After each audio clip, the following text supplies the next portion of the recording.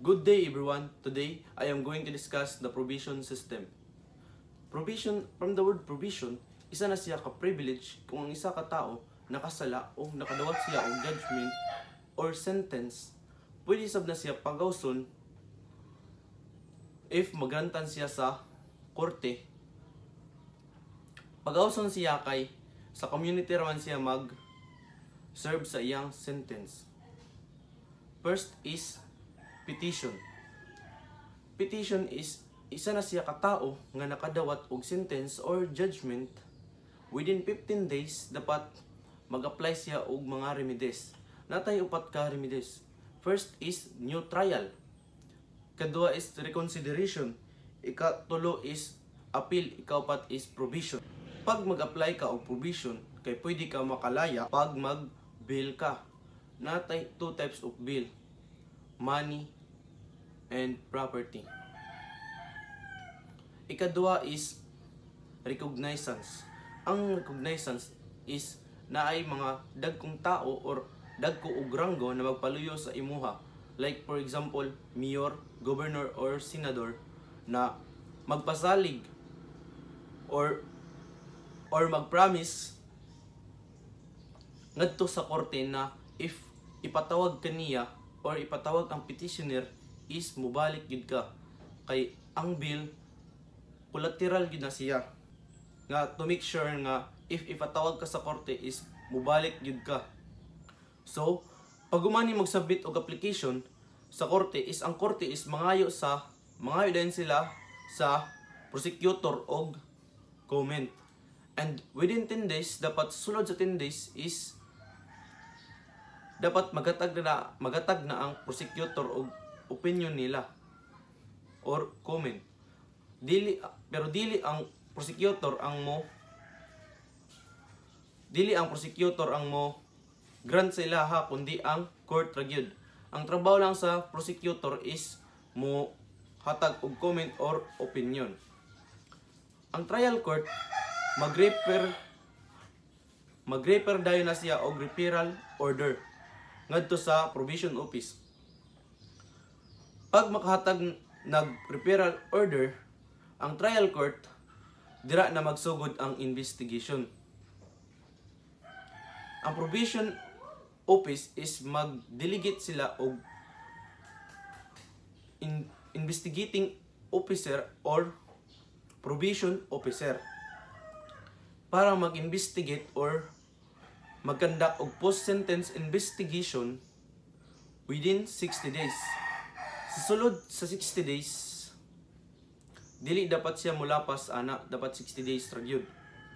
Within 5 days, dira buhaton ang initial interview. Within 72 hours, dapat ang usa ka petitioner magpakita na siya pag ipatawag sa court. Kay ug di siya magpakita, ang tawag sa iya is absconding petitioner. Within 5 days, dira dapat mahuman ang or ma-accomplish ang worksheet. Ang waiver cum authorization mao na siya ang gipirmahan sa usa ka petitioner nga misugot siya nga ang officer mag-conduct og investigation about sa iyang kinabuhi. Kay para ma-avoid ang illegal. Kay nisulod man siya nga legal, ang process niya is legal man, dapat ang pag-conduct po og investigation sa iya is legal po. Ang webcam authorization, ang pasabot ana is nipirma ang petitioner na nagpamatuod na nisugot siya na investigahan siya sa officer. Ang collateral information is mo ni siya ang mga impormasyon na nakolekta or nakuha sa officer gikan sa pamilya, sa relatives or sa iyang mga silingan or kabarangay niya nga impormasyon nga nakita. Ang tawag ana is collateral information. Natay duha ka interview. full bloom courtesy o partial courtesy. Ang full bloom courtesy is gikan sa pagkabata niya hantod sa pag-eskwela, sa pagtigulang, pagkaulitaw niya sa pagkatigulang, mo na ang kwaon nga or pangitaon, mo na siya ang full bloom courtesy. Ug ingon sabtag partial courtesy, specific lang siya. Like for example kanang og niingon siya nag-eskwela siya sa Sukotik, nag-eskwela siya, mora na ang pangitaon sa officer. I-clarify lang na sa officer og tinuod ba gyud, mo na ang partial courtesy. Bali specific lang yun siya. Pag human og investigate is mag-submit dayon na siya og PSIR. Ang PSIR is post-sentence investigation report. Ang naa na is recommendatory in nature o persuasive in character. Dira na dayon ang grant within 15 days or sa sulod sa 15 days sa pagdawat sa court o PSIR or post-sentence investigation report nga gi-submit sa officer or sa probation officer. Sa sulod sa 15 within 15 days or sa sulod sa 15 days dapat maghatag na siya og decision if granted ba siya or deny. Pag ma-deny siya, pag ang result is deny, ang petitioner is dito siya mag-serve sa prisuhan. Pag granted pud siya, naa siya statutory right or naa siya right pag human grant sa court. Ang court mag-issue siya og provision order dito sa probation officer. Pwede na dahil niya palayaon ang probationer. Dapat pag ipatawag ang probationer is mag-adto din siya sa court, kay pag di siya mag-adto na siya violation. Pag mag-adto siya, ang iyang himuon is magbuhat siya og open reporting kadtong unsay mga nahitabo sa iyaha. Ang probationer required gid na siya nga mag-report once a month or sa isa ka bulan. Pag dili siya mag-report, ang court mag-issue og violation report. Tapos tawag sa probationer pag di siya magadto is absconding probationer. Ang probation office mag-conduct dayon og field inquiry within 5 days or sa sulod sa 5 ka adlaw. Basin daig wa kadto kay nasakit ra or naunsa ba, pag valid na siya, pwede ra siya mag-report next month. Pero if dili siya valid, ang court mag-issue og warrant of arrest. Pag ma-arrest na siya, ang probationer is babalik sa prisuhan, dito na siya mag-serve sa iyahang sentence. Ang iyang i-serve sa sentence is katong original niya nga sentence.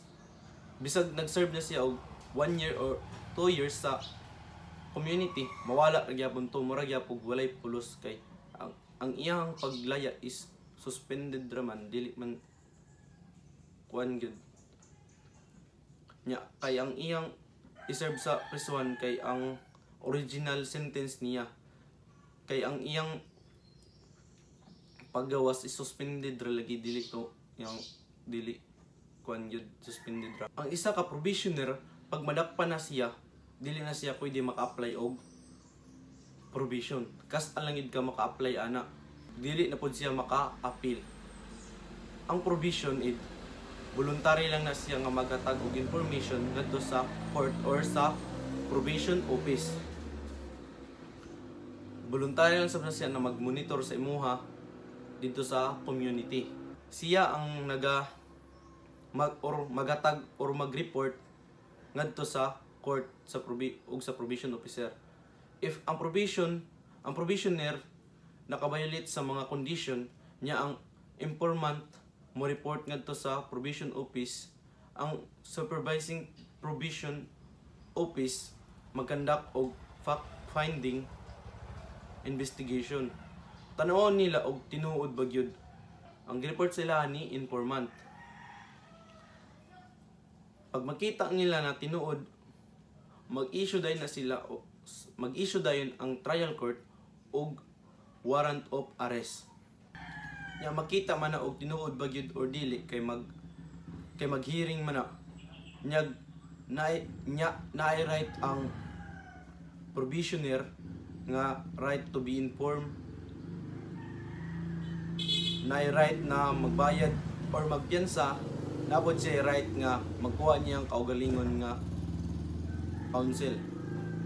Tapos sa state, ang mag-present ana is ang prosecuting officer. Sa trial court, dira na makita if continuance ba or revocation or modification. Pag continuance, i-serve niya, magpadayon lang siya og serve sa community. Pag revocation, mag-serve siya sa prisuan. I-serve niya ang original niya nga sentence. Muna yung una ko gaya na, pag makalabag ka sa condition, wala rin pulos ang imong serve sa community. Pag modification, dili siya applicable but correctable by certiorari. Ang probationer, pwede po siya maka-early discharge. Pag naa siya physical or mental nga disability, pwede siya ma-early discharge.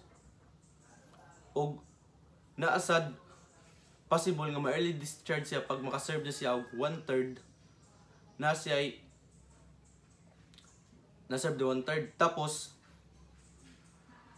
makadto siya abroad kay na-approve man ang iyang overseas job. O pwede sab siya ma-early discharge if nasi scholar. Mao nang mga probationer na pwede ma-early discharge or termination.